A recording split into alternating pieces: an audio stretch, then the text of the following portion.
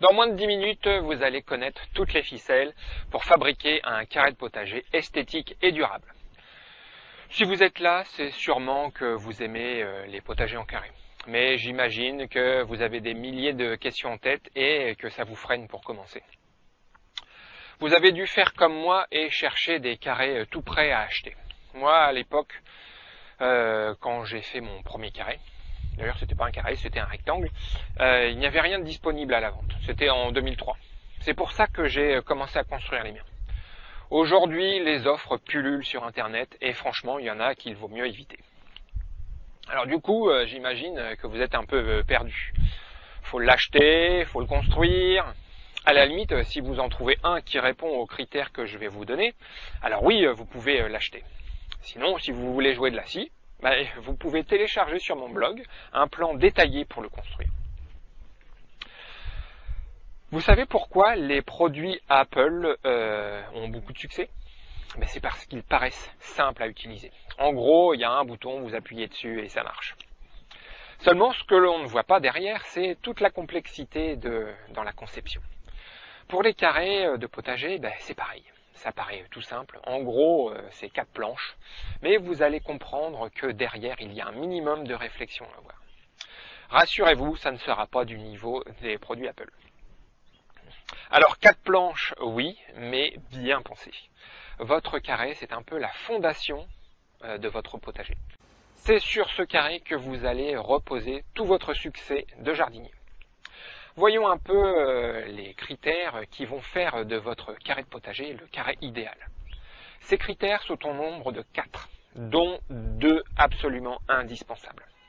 Alors, premier critère indispensable, ça ne sera pas 4 planches, mais 8. C'est important que ce carré soit constitué de 8 planches. C'est-à-dire que chaque côté soit formé avec 2 planches. Pourquoi ? Pour qu'il soit durable, c'est-à-dire pour que vous puissiez changer une planche pourrie par le temps sans avoir à tout vider. Il faut aussi que ces planches soient démontables sans fragiliser la structure. Donc les carrés dont vous assemblez les planches en les emboîtant les unes au-dessus des autres, vous pouvez les exclure. Concernant l'épaisseur des planches, là c'est une question de budget. Plus vous êtes riche et plus vous pouvez prendre des planches épaisses et plus votre carré durera longtemps. Après, concernant le traitement du bois, là, c'est une question d'éthique. Pour ma part, j'utilise des volises de charpente qui sont traitées pour être en classe 2. Je ne vais pas m'étendre sur les traitements du bois ici. Sachez juste que les traitements vont de 1 à 5. 5 étant le traitement le plus durable. Choisissez selon votre conscience, mais sachez qu'une planche mince et sans traitement durera toujours moins longtemps qu'une planche épaisse et traitée. Deuxième critère indispensable. Vous pouvez exclure tous les carrés avec un petit motif, un peu déco sur le dessus.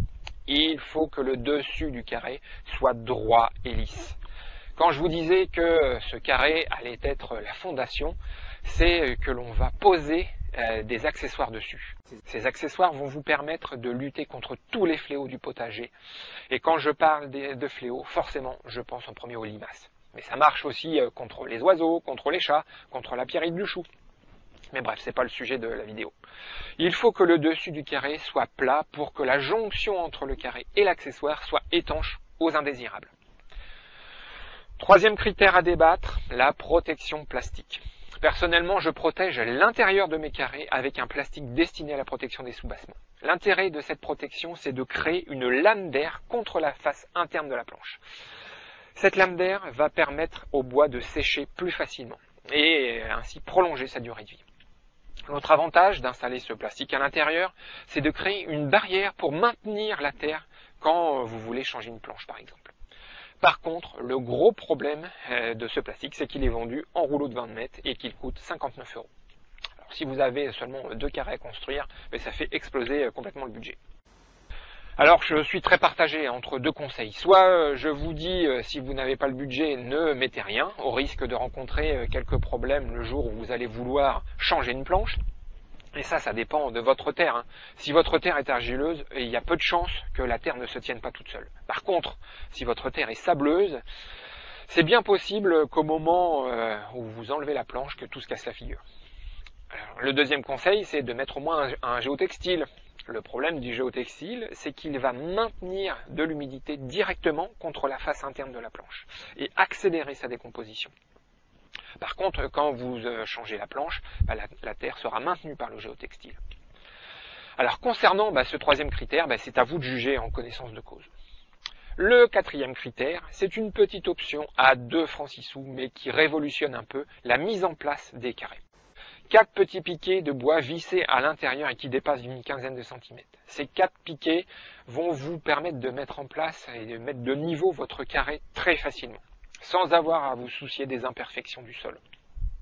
Et dans le cas où vous choisissez une protection plastique, les 4 piquets maintiennent en place ce plastique. Voilà, vous savez tout. Vous pouvez maintenant choisir d'acheter ou de construire vos carrés en partant sur de bonnes bases. Dans la vidéo suivante, je vous dévoilerai comment remplir vos carrés pour créer un futur sol riche et fertile.